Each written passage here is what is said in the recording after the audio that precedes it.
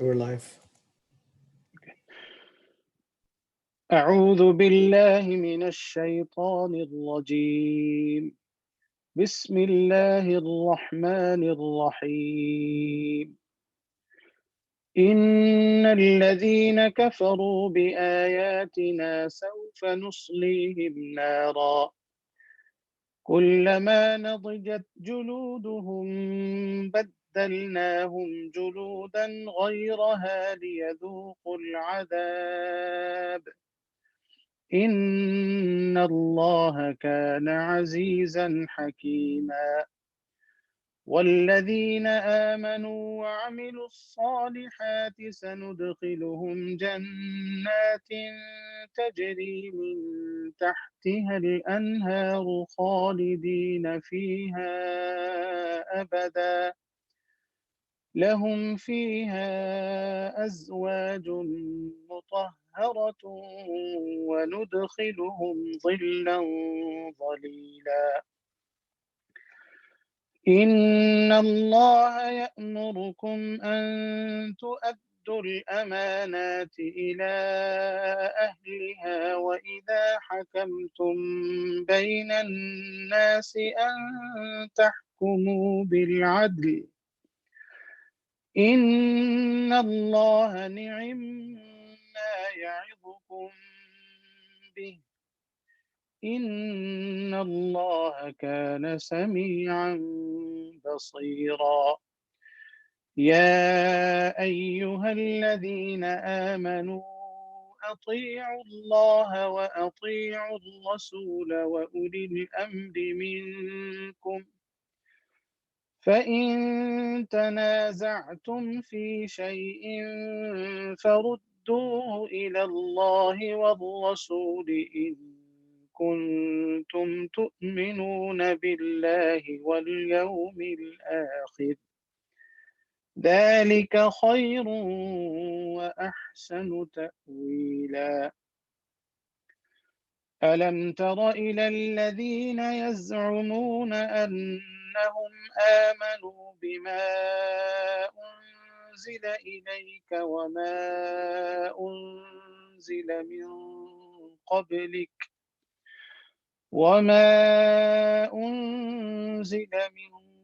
قبلك يريدون أن يتحاكموا إلى الطاغوت وقد أمروا أن يكفروا به ويريد الشيطان أن يضلهم ضلالا بعيدا. وإذا قيل لهم تعالوا إلى ما أنزل الله وإلى الرسول رأيت المنافقين يصدون عنك صدودا. فكيف إذا أصابتهم مصيبة بما قدمت أيديهم ثم جاءوك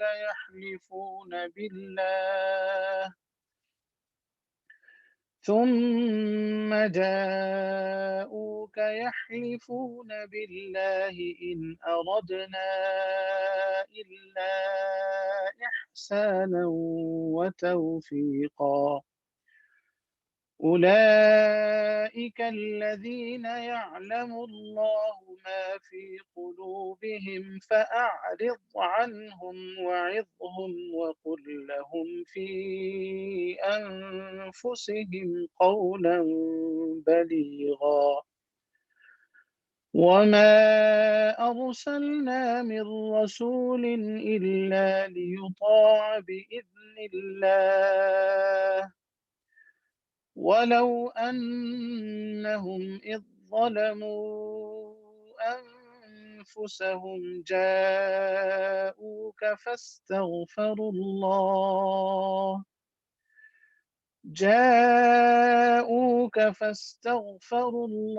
واستغفر لهم الرسول لوجدوا الله توابا رحيما. فلا وربك لا يؤمنون حتى يحكموك فيما شجر بينهم ثم لا يجدوا في أنفسهم حرجا مما قضيت ويسلموا تسليما. ولو أنا كتبنا عليهم أن اقتلوا أنفسكم أو اخرجوا من دياركم ما فعلوه إلا قليل منهم. ولو أنهم فعلوا ما يوعظون به لكان خيرا لهم وأشد تثبيتا. وإذا لآتيناهم من لدنا أجرا عظيما ولهديناهم صراطا مستقيما. ومن يطع الله والرسول فأولئك مع الذين أنعم الله عليهم من النبيين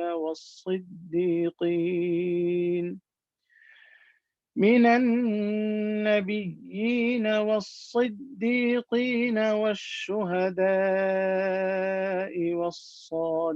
والصالحين وحسن أولئك رفيقا. ذلك الفضل من الله وكفى بالله عليما.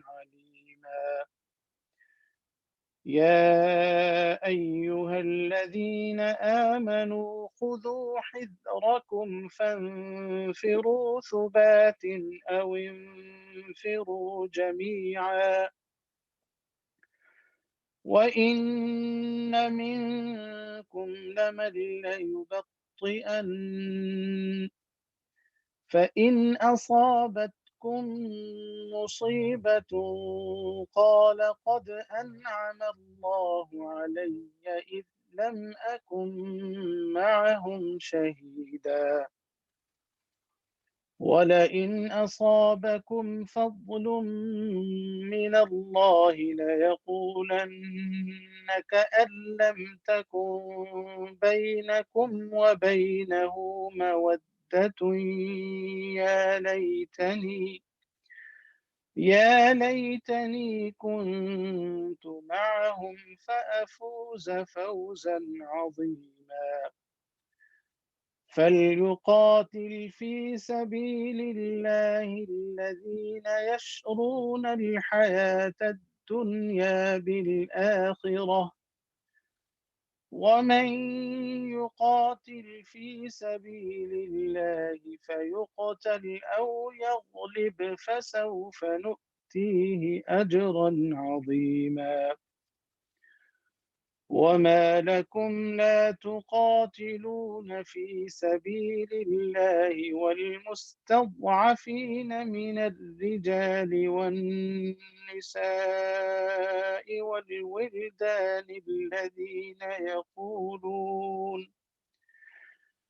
الذين يقولون ربنا أخرجنا من هذه القرية الظالم أهلها واجعل لنا من لدنك وليا واجعل لنا من لدنك نصيرا.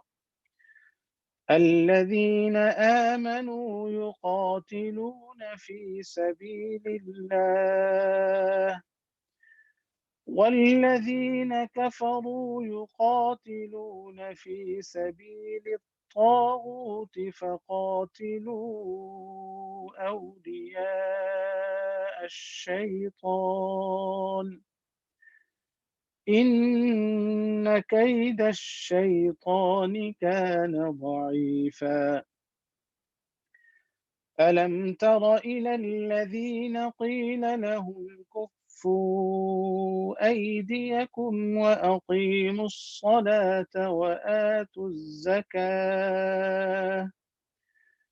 فلما كتب عليهم القتال إذا فريق منهم يخشون الناس كخشية الله أو أشد خشية وقالوا ربنا لم كتبت علينا القتال لولا أخرتنا إلى أجل قريب قل متاع الدنيا قليل والآخرة خير لمن اتقى ولا تظلمون فتيلا أينما تكونوا يدرككم الموت ولو كنتم في بروج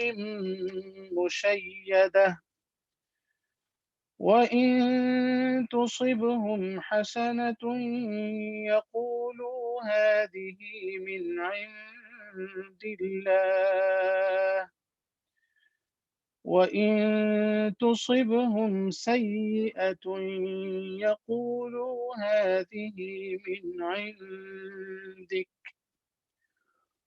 قل كل من عند الله فما لهؤلاء القوم لا يكادون يفقهون حديثا ما أصابك من حسنة فمن الله وما أصابك من سيئة فمن نفسك وأرسلناك للناس رسولا وكفى بالله شهيدا من يطع الرسول فقد أطاع الله ومن تولى فما أرسلناك عليهم حفيظا ويقولون طاعة فإذا برزوا من عندك بيت طائفة منهم غير الذي تقول والله يكتب ما يبيتون والله يكتب ما يبيتون فأعرض عنهم وتوكل على الله وكفى بالله وكيلا أفلا يتدبرون القرآن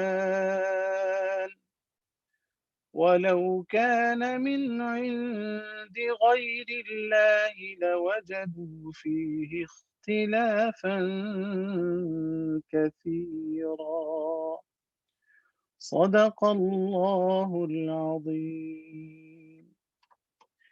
Now inshallah Sheikh Saim Asif will join us for Tafsir al-Quran. Please stand by.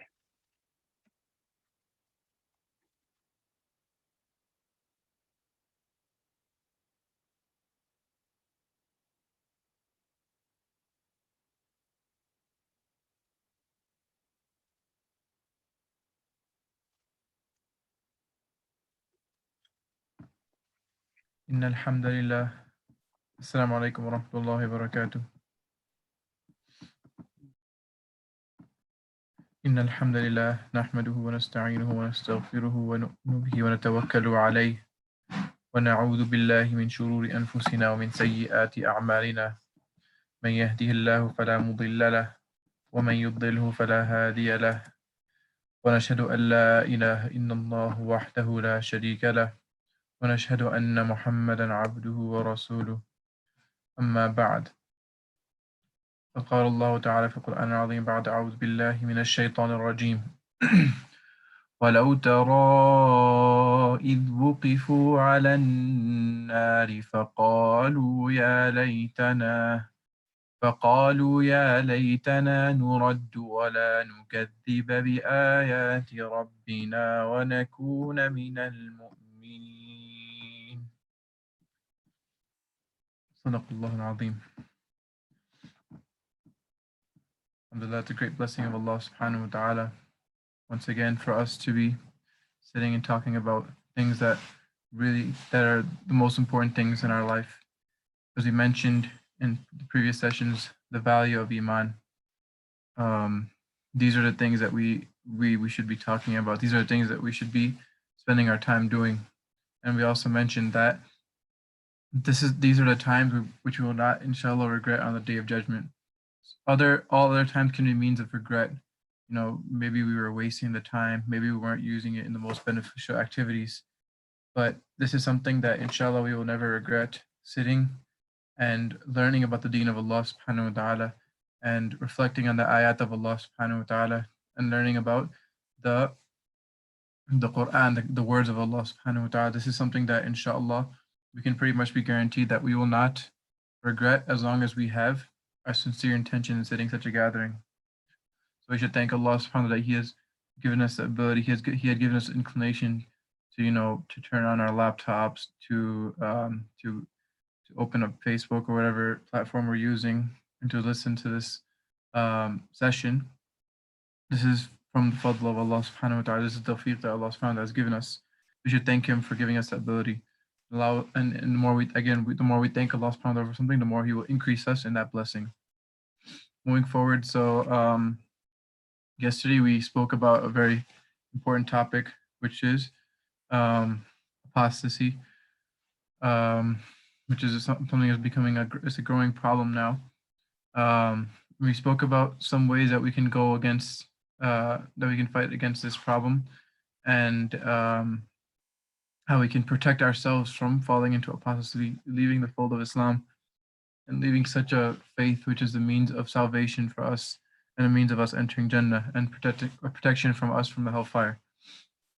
So we mentioned that in this ayah there are 5 things mentioned, and the first thing which is mentioned, which it is yuhibbuhum wa yuhibbunahu, love Allah and His Prophet sallallahu alaihi wasallam. And one of the scholars actually mentioned that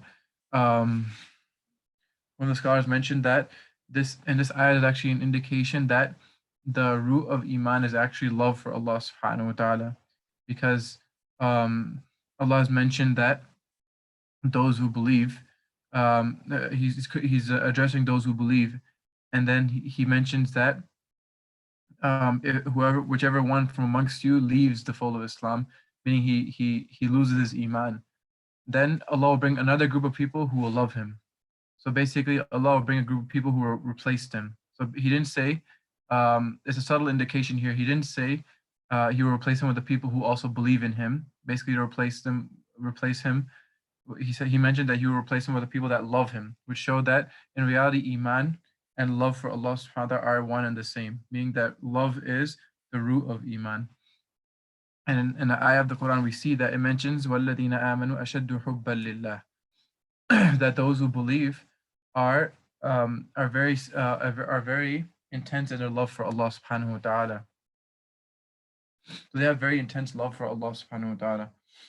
So this is something that we have to really focus on. How do we build love for Allah subhanahu wa ta'ala and His Messenger sallallahu alaihi wasallam? So something that can help us in this regard, inshallah, that the ulama have mentioned, that there are 4 reasons people love others. This is very general. This is not talking about Allah and His Rasul sallallahu alaihi wasallam specifically, but it's very general. If you see anybody that you love in your life, it's most likely for either one of these 4 reasons, or it could be all of these 4 reasons, or 2 of these 4 reasons, 3 of these 4 reasons. But these are generally the 4 reasons people love others. Obviously, there can be more, but these are just some things that the ulama mentioned to help us understand and to help us now use these in order to build a connection with Allah subhanahu wa ta'ala and with His Messenger sallallahu alaihi wasallam. So an important point to mention here before we get into this, sometimes we feel bad that, I don't feel like I truly love, for example, Rasulullah sallallahu alaihi wasallam, just like I love my mother, for example, because love for your mother is completely natural, and it just it's built within you as soon as you're born, and you're, throughout your lifetime. It's something that comes. I mean, it's something that's just there. You have so much love, natural love um, for your mother. Whereas Rasulullah sallallahu alaihi wasallam, sometimes it might feel like we're trying to force ourselves to love him, and then we see that hadith. There's one hadith that says, "La yu'minu ahadukum hatta akuna ahabba ilayhi min walidihi wa waladihi wan nasi ajma'in." None of you will be a true believer until I am more beloved to him than his father and his child and all of the people. Basically, Rasulullah sallallahu alaihi wasallam is saying that you will not be a true believer until I am more beloved to you than everybody. So naturally, we might feel guilty hearing this hadith and think that, I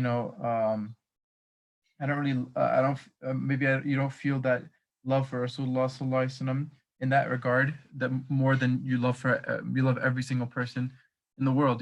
There can be people, because of your close proximity to him or whatever other reasons, that you love more. But see, and you might start feeling that, how can Allah force me to love somebody? You can't just, love is something that is not in our control, right? But in reality, there's two types of love, they say, hub sabri and hub aqli. There is love that comes naturally, and there's love that comes through, basically you could say through your mind, through thinking about it. What that means is that, so basically, hub aqli, you could say, is that love which you're basically telling yourself to love somebody. You're telling yourself that, okay, I have to love this person, and you basically give yourself rational reasons why you should love this person. So, and the ulama also mentioned these things because they know that, especially when we're not living at the time of Rasulullah, the Sahaba, they had the highest level of love for Rasulullah because they literally lived with him, and they saw his beautiful attributes and everything, and it was impossible for them not to fall in love with Rasulullah and his beautiful characteristics. But us not living in his time and not having so much knowledge about Rasulullah, it's hard for us to love him to the extent that they loved him. But that's why the ulama, they explain that, how we can get to that level of love, where it becomes natural love. Right now we're at that stage where it's hub aqli, hopefully, that we know that we have to love Rasulullah, so we try to convince ourselves to love him, and inshallah today's session we'll learn how to transfer from the level from where we're at hub aqli, that love which we have to convince ourselves, until to the level of hub sabri, which is that love which comes naturally, and you could say it's true love. So so the ulama have mentioned that there are 4 reasons, or 4 without the u, but the typo, but there are 4 reasons people love others. So the first reason is al-kamal, perfection. For example, if you see some people, they have great characteristics. They just, in general, like an all-around good person. So when you see such a person, then you generally gravitate towards them. And then the second is al-jamal, beauty, right? And this is very obvious, especially when it relates to the opposite gender, right? We are naturally more gravitated to a person with beauty. Then the third is al-ihsan, conferring favors upon the beloved, and this is probably one of the most one of the strongest reasons for loving somebody, right? And this could be the reason why our love for our parents is so strong, because in the dunya, nobody has conferred as many favors upon us as our parents, right? So the amount of ihsan that they did for us, the amount of good that they did for us, they raised us since we were literally not small enough to even think. We didn't even know what was going on. We couldn't even protect ourselves from ourselves. We didn't know anything whatsoever, and our parents raised us from that state into a state now where we are able to take care of ourselves. We are able to do everything ourselves, and that is the hugest, the greatest favor that anybody has done for us in this world. So that is a big reason why we love our parents as well. And And this fourth reason also could be a reason that we love our parents is al-qurba, closeness, proximity. So generally, when you're close to somebody, and you're with them a large portion of the time, then you end up being closer to them, right? So, and this could be a great reason why we love our siblings, because we were with them, literally grew up with them our entire lives. So this naturally builds love. Unfortunately, sometimes if we have bad characteristics, then it could also build hatred and enmity towards one another, because when you're with somebody who you don't like for a long time, then it only increases your hatred. May Allah protect us, and may Allah increase our love between our family members. But generally, these are four things, four reasons that people love others. So now, how can we take these and apply them to Allah and His Rasul sallallahu alaihi wasallam? If we really ponder about these four reasons, and we think about how they apply to Allah and how they apply to Rasulullah sallallahu alaihi wasallam, then we will truly start building love for Allah and love for Rasulullah sallallahu alaihi wasallam. So, for example, perfection. Allah subhanahu wa ta'ala is the most perfect, because this is something which is natural and understood by everybody, that Allah subhanahu wa ta'ala is the most perfect, and He's at the highest level of perfection. And Allah subhanahu wa ta'ala has absolutely no fault. That is what subhanallah actually means, right? Praise be to Allah, who is above all faults. So we're absolving Allah and we're negating all faults from Allah subhanahu wa ta'ala, right? And there's so many ayat which negate faults from Allah subhanahu wa ta'ala, right? And they talk about how Allah has the highest level of everything. Allah is Sami' Basir. Allah is all hearing, all seeing. Allah subhanahu wa ta'ala is all knowing. And Allah subhanahu wa ta'ala, la ta'khudhuhu sinatun wa la nawm. Not even forget sleep, not even a drowsiness comes upon Allah subhanahu wa ta'ala. Allah is not affected by drowsiness either. And if Allah were to be affected by even by sleep for a moment, then obviously the entire world would cease to exist. But this is impossible for Allah subhanahu wa ta'ala. Allah subhanahu wa ta'ala does not even, for us, we can't even survive one day without sleeping at all. We will be completely fatigued, and we wouldn't be able to function properly if we don't sleep for an entire day, for an entire 24 hours. We see what happens to us. After 2 days, after 3 days, we would just be a complete mess, and we wouldn't be able to function properly, and we would have so many health problems after that. Whereas Allah subhanahu wa ta'ala has never slept, and He will never sleep, and He has been living from the beginning of time. He created time. Rather, time does not even apply to Allah subhanahu wa ta'ala, and He is eternal. So, and there's so many things that can be said. And the main thing you can do is just focus on your own deficiencies, focus on your own faults. For example, we have to eat. If we don't eat, then what will happen? We will have to end up, we'll die, because if we don't eat and drink for a long period of time, we will pass away. Whereas Allah subhanahu wa ta'ala does not need to eat, right? And so we are people that are completely in need. In reality, we think we are so powerful and so strong, but we realize that we are so in need that we can't even survive without simple things like food, drink, sleep. Whereas Allah subhanahu wa ta'ala does not need these things. So when we focus on our own deficiencies, then we will realize the perfection of Allah subhanahu wa ta'ala. And even in terms of our characteristics, right? Human beings, their forgiveness can only reach a certain level. You can, forgive somebody twice, 3 times, 4 times for doing the same thing, but after a while, you just get fed up and say, how could this person do this? And you get very angry. But Allah's forgiveness has no bounds. So Allah subhanahu wa ta'ala has perfection in all His characteristics as well. So when we ponder about the perfection of Allah, when we ponder upon our own weaknesses and the weaknesses of the creation, only then you can truly realize the perfection of Allah subhanahu wa ta'ala, that it is at the highest degree. Then in terms of beauty as well, you can say similar things about the beauty of Allah subhanahu wa ta'ala. Inna Allah jameel yuhibbul jamal. The hadith says Allah is beautiful and He loves beauty. And obviously we cannot see Allah subhanahu wa ta'ala, so we can't say anything about beauty in that sense. But when it comes to beauty, we can reflect on the creation of Allah subhanahu wa ta'ala and see what Allah subhanahu wa ta'ala has created, what amazing things Allah subhanahu wa ta'ala has created, all the beautiful sceneries. You look, you just look at the sky, you look at the earth, you look at even human beings, how Allah's created everything in proportion. And that is how you can also realize the beauty of Allah subhanahu wa ta'ala. Then al-ihsan. conferring favors upon the beloved. So obviously, there's not even any need to go into detail about this, and we have been speaking about it so much, anyways, about all the favors that Allah Subhanahu wa Taala has conferred upon us, and He has blessed us with. Um, Allah literally says, وَإِن تَعُدُّوا نِعْمَةَ اللَّهِ لَا تُحْصُوهَا, that if you were to count the blessings of Allah Subhanahu wa Taala, then you would not be able to count them. And an interesting point about this ayah is that Allah says ni'mat Allah. He uses the singular form. So some of the scholars mention that this means that if you were to count the number of benefits you get from one blessing of Allah Subhanahu wa Taala, then you would not be able to count it. So imagine having to count all of the blessings and all the benefits you get from those blessings of Allah Subhanahu wa Taala. You would never ever be able to count them. So for example, water, right? How many benefits do you get from water itself, right?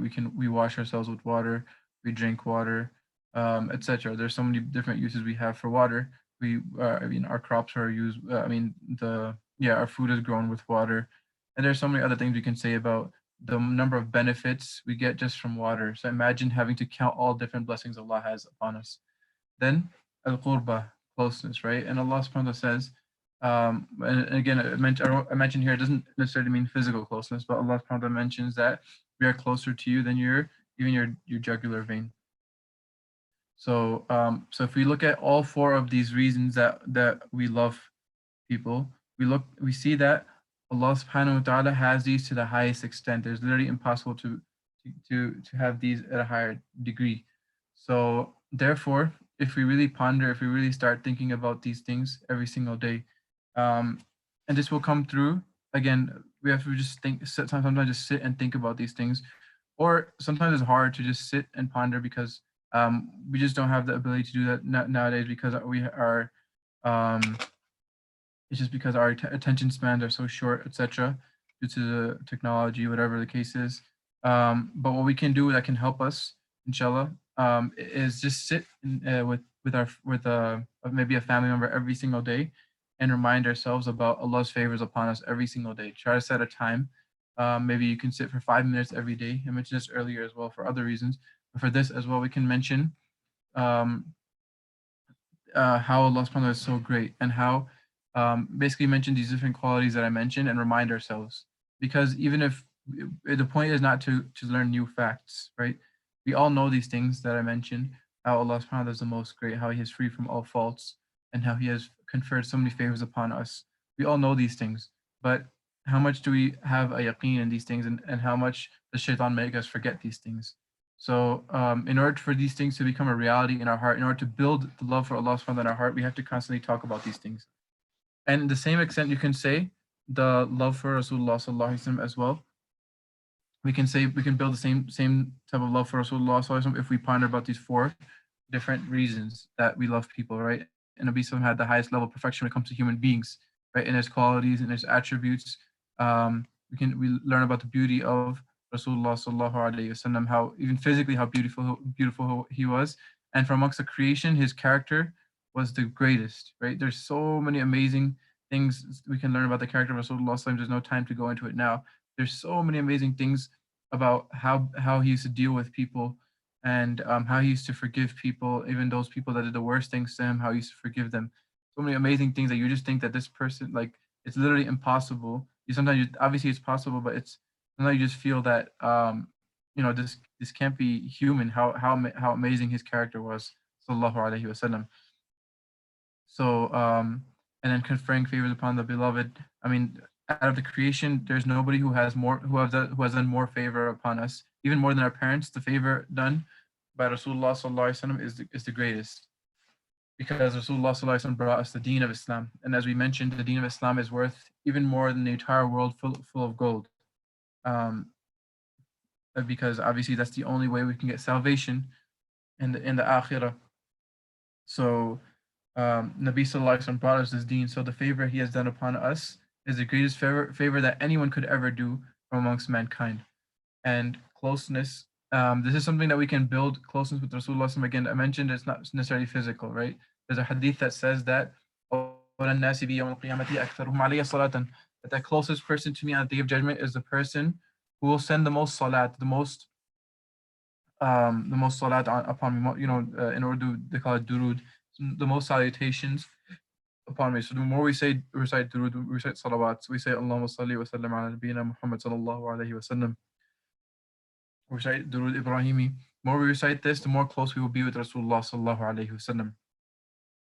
So basically, in general, the way we can build love for Allah and His Rasul is to ponder about these four aspects and to think about how Allah and His Rasul have these to the highest degree. And also, the way we can learn, we can build love for Allah and His Rasul is to learn about them.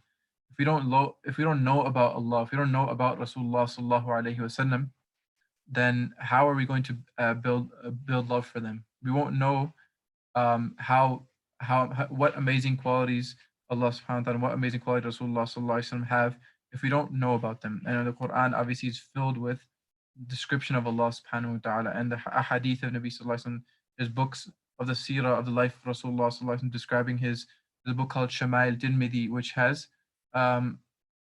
detailed descriptions of Nabi sallallahu alaihi wasallam and his character, and every single aspect of Rasulullah sallallahu alaihi wasallam's life has detailed description of it. If somebody reads this, then there's no doubt that they will build their love for Rasulullah sallallahu alaihi wasallam. Maybe I can post a link for this book Shama'il Tirmidhi, which we can all read inshallah, and build our connection with Rasulullah sallallahu alaihi wasallam, build our love for Rasulullah sallallahu alaihi wasallam.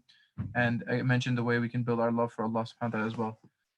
So that was just a long, a sort of, I guess you could say, a tangent, but it's very important because it's related to the topic of irtidad, leaving Islam. So inshallah, if we build our love for Allah and His Rasul sallallahu alaihi wasallam, then that will be a huge barrier between us and leaving the fold of Islam, inshallah. And in reality, if you look at it, most people who end up leaving Islam is because they have some negative ideas, negative feelings towards Allah and His Rasul. They feel, for example, that some bad events happen to them in their life, so they interpret everything in a negative light, and they think that, oh, Allah hates me, that's why He's making this happen to me. Allah is na'udhu billah, Allah is unjust. How can He make this happen to me, not anybody else? Na'udhu billah. They have evil thoughts about Allah, negative thoughts about Allah, and so that's why they end up leaving Islam. But if somebody has love for Allah from before, then they're tried. That will only make them turn more fervently to Allah, and they will realize that this is in reality something good too for me, because I'm building in my connection to Allah. The more we are tested, we mentioned earlier about how when a believer is tested, then his sins are forgiven and his status is raised. But he won't become negative towards Allah. Rather, it will increase him in his closeness and proximity to Allah. It will allow him to turn to Allah more fervently and beg Allah to remove this hardship from him, and then it will end up increasing him in his connection with Allah. That is why it's very, very important that we build this love for Allah and His Rasul sallallahu alaihi wasallam. Same thing with Rasulullah sallallahu alaihi wasallam. You see, I mentioned a narration in the beginning when we were talking about the ayah which spoke about Allah does not fear, even giving an example of a mosquito, right? And we mentioned how we have to look at the hadith. Whenever we hear any hadith, look at it in the best light. What happens is that the non-Muslims who are enemies of Islam, they try to portray our Prophet ﷺ in a very evil manner, and they try to take there's so many hundreds of thousands of hadith,